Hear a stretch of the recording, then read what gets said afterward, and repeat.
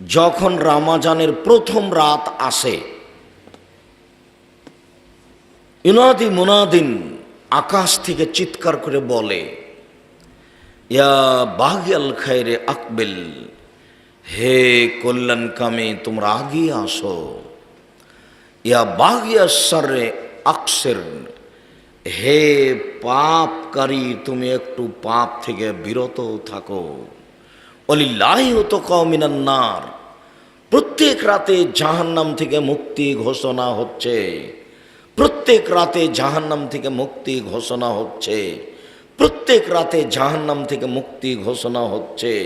ওয়া যালিকা কুল্লা লাইলাতিন, এটা প্রতি রাত চলতে থাকে।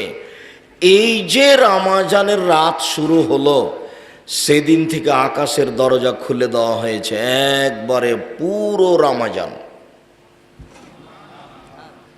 আমি আর আপনি বুঝতে পারিনি রমজান কি জিনিস, যার কারণে আমাদের কাছে আসে আর চলে যায়, আসে আর চলে যায়। এই যে মহিলাগুলো যেমন রাস্তা ভর্তি আসলো, ঢং ঢং করে আসলো, ঢং ঢং করে চলে গেল। স্বামী যেমন স্বভাব, বউয়েরও তেমন স্বভাব। স্বামী যদি শক্ত হতো তাহলে গল্প জমাতে জমাতে আসতো আর চলে যেত। কই আমরা তো এটা ভাবতেই পারি না, এটা আমরা স্বপ্নও ভাবতে পারি না যে বউ রাস্তায় গল্প করতে করতে আসবে, আবার গল্প করতে করতে চলে যাবে। দেখেন এখন আপনার মেয়ে রাস্তায় বসে আছে, এর উপরে ভ্যানের উপরে বড় মোবাইল হাতে আছে, এখন এই মুহূর্তটা আপনার মেয়ে। আপনি মনে করছেন এটা হিন্দুর মেয়ে? বাপ যেমন বেটি তেমন, বাপেরও স্বভাব যেমন খারাপ, বেটিরও স্বভাব তেমন খারাপ।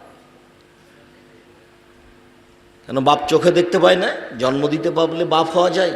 30 বছর থেকে বলছি আপনাকে। তাই তো রাসূল সাল্লাল্লাহু আলাইহি সাল্লাম বলেছেন, 3টে কারণে মানুষ হতভাগা হয়, দুর্ভাগ্য। তার একটা হলে বৃদ্ধ পিতামাতাকে পাওয়ার পরেও যদি তার পাপ মোচন না হয়, তাহলে ও হতভাগা মানুষ। কেন হলো না? সম্মান সেবা করে পাপ মোচন করে নিবে। 2, আমার নামটা আসার পরে সাল্লাল্লাহু আলাইহি ওয়াসাল্লাম বলল না, ও হলো হতভাগা মানুষ। কেন বলল না? 3, রমজান আসার পরেও পাপ মোচন করে নিতে পারল না, তো হতভাগা মানুষ। কেন পারল না? কেন রমজান মাসে গল্প জমায়, কেন এত হাট বাজার করে, কেন এত ইফতারি সাজায়, কেন এত প্রস্তুতি? প্রস্তুতি হবে ক্ষমা চাওয়ার, দোয়া প্রার্থনার, কোরআন তেলাওয়াতের। আয়েশা রাদিয়াল্লাহু তাআলা আনহা বলেন, ইজা দাখালা আশরুল আওয়াখির, যখন রমজানের শেষ দশক আসত, তখন আল্লাহ রাসূল সাদ্দা মিজারাহু, লুঙ্গি গুটিয়ে নিতেন। আমরা তো চাঁপাইনবাবগঞ্জের মানুষ, লুঙ্গি গুটিয়ে নেওয়া মানে জমিতে কাজে নামবে তাই মাল কাঁচা মেরে নিয়েছে, তার নাম লুঙ্গি গুটিয়ে নেওয়া। এটাকে আরও শক্ত করার জন্য কোমরে আর একটা গামছা টান দিয়ে পেঁচে বাঁধে, তখন আরও মজবুত হলো। তো আল্লাহ রসুল কি এখন লুঙ্গি গুটিয়ে নিলেন এভাবে? উনি কাজে নামবেন মাঠে? তা তো নয়। তো এই ভাষা কেন? তার মানে এবাদত করবেন তার প্রস্তুতি, এবাদত করবেন তার প্রস্তুতি মানে কম খেতে হবে। এবাদত করবেন তার প্রস্তুতি মানে এশার সালাতের পরপরই ঘুমিয়ে যেতে হবে, 11টার মধ্যে 12টার মধ্যে উঠে যেতে হবে। এবাদত করব তার প্রস্তুতি মানে যত জরুরি সামাজিক কাজ আছে, ব্যবসা বাণিজ্য সব কমিয়ে দিতে হবে, হিসাব নিকাশ সব আগে গুটিয়ে নিতে হবে। তার মানে প্রস্তুতি নেওয়া হচ্ছে। শুধু একাই নিতেন না, আল্লাহ রাতে জেগে থাকতেন, রাত রাত। ও আইকাজা আল্লাহ, পরিবারকে জাগিয়ে রাখতেন। পরিবারও আবার কত প্রস্তুত। পরিবার বলছেন, আয়েশা রাদিয়াল্লাহু তাআলা আনহা বলছেন, আচ্ছা আল্লাহর নবী, ইন আলিম তো আইয়ু লাইলাতিন লাইলাতুল কদরে, আমি যদি বুঝতে পারি কোনটা লাইলাতুল কদর, তাহলে আমি কি করব? তার মানে বউ প্রস্তুত আছে, স্ত্রী পরিবার প্রস্তুত আছেন, রাত ধরবেন, ইবাদতের প্রস্তুতি চলছে। আমি যদি বুঝতে পারি লাইলাতুল কদর কবে, তাহলে আমি কি করব? তখন রাসূল সাল্লাল্লাহু আলাইহি ওয়াসাল্লাম বলছেন, কুলি, তুমি বলবা, আল্লাহুম্মা ইন্নাকা আফুবুন তুহিব্বুল আফওয়া ফা'ফু আন্নী। এখন তো টাকা গণনা করা হবে না, আমি তো এটা খেয়াল করিনি, আমার একটা বাক্যের দাম 1 কোটি টাকা, আমি দুঃখিত।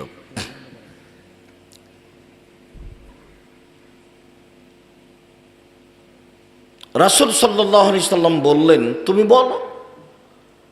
3টা বাক্য বলে দিলেন, বলো ইন্নাকা আফুবুন। বলার সাজ গতি কেমন দেখেন না, কোনো জিনিস চাইলে হোমসিখালি চাওয়া যায় না, দেন 10 টাকা দেন, এভাবে বলা যায় না। আগে বলতে হবে আপনি তো খুব বড় মানুষ, ধনী মানুষ, মানুষকে দেন, আপনার দয়া মহব্বত অনেক বেশি। তা আল্লাহকেও কিছু বলা লাগে, ও প্রশংসা প্রিয় সত্তা, ওই প্রশংসা না করলে উনি খুশি হন না। তো এখন আল্লাহ নবী বলছেন, ঠিক আছে তুমি বলো, কি বলবে? আল্লাহুম্মা ইন্নাকা আফুবুন, আল্লাহ নিশ্চয়ই তুমি ক্ষমাশীল। এটা প্রথম বাক্য। হ্যাঁ, ক্ষমা তো তুমি তো ক্ষমাশীল। তুহিব্বুল আফওয়া, তুমি তো ক্ষমাকে ভালোবাসো। এখনো কিন্তু নিজেরটা হয়নি। হ্যাঁ, আল্লাহ নিশ্চয়ই তুমি ক্ষমাশীল, তুমি তো ক্ষমাকে ভালোবাসো। যেহেতু তুমি ক্ষমাশীল, যেহেতু তুমি ক্ষমাকে ভালোবাসো, তো ফা'ফু আন্নী, তাহলে আমাকে ক্ষমা করে দাও। যদি 2টা তোমার হয়তো একটা আমার, শেষ বাক্য আমার, প্রথম 2 বাক্য তোমার। প্রথম বাক্য তুমি ক্ষমাশীল, এটা তোমার। দ্বিতীয় বাক্য তুমি ক্ষমাকে ভালোবাসো, এটাও তোমার। এবার আমার, ফা'ফু আন্নী, আমাকে ক্ষমা করে দাও। যেমন সত্তা তেমন কাজ করে দাও। হ্যাঁ আয়েশা, এইটা বলবা তুমি, ঠিক ঠিক আছে, আমি এইটা বলবো। আপনি কখন বলেন? আপনার দিন কিভাবে কাটে? বইয়ের যেভাবে কাটে। আপনাকে আমি কষ্ট দিতে আসিনি, আপনাকে দেখলাম আমাকে ভারী লাগে। যে ওই যে এর ভ্যানের উপরে বসে মোটা মোবাইল চালাচ্ছে, 3টা মেয়ে আছে, ওই কি হিন্দুর মেয়ে আপনি মনে করেন? না, হিন্দুর মেয়ে আসেনি। যদিচ আমি আশা কামনা করি, যদি আমি কোনো এলাকায় চলে আসি, আজকে আপনাদের নাহি জানানো হয়নি, তো চলে আসলে আমি আপনাদের দিনী ভাই বোন আত্মীয় স্বজন খালা ফুফু অন্তত 10 কিলোমিটার আশেপাশে যা আছে সবার আশা কামনা করি, হিন্দুর আশা কামনা করি। আমি তার সামাজিক কিছু না কিছু উপকার করবই করব ইনশাল্লাহ। সম্মানিত দিনী ভাই বোন, বলছিলাম যে রাসূল সাল্লাল্লাহু আলাইহি সাল্লাম এটা বলে দিলেন তার পরিবারকে, তার পরিবার প্রস্তুত। তাহলে আপনি আপনার পরিবারকে কি বললেন?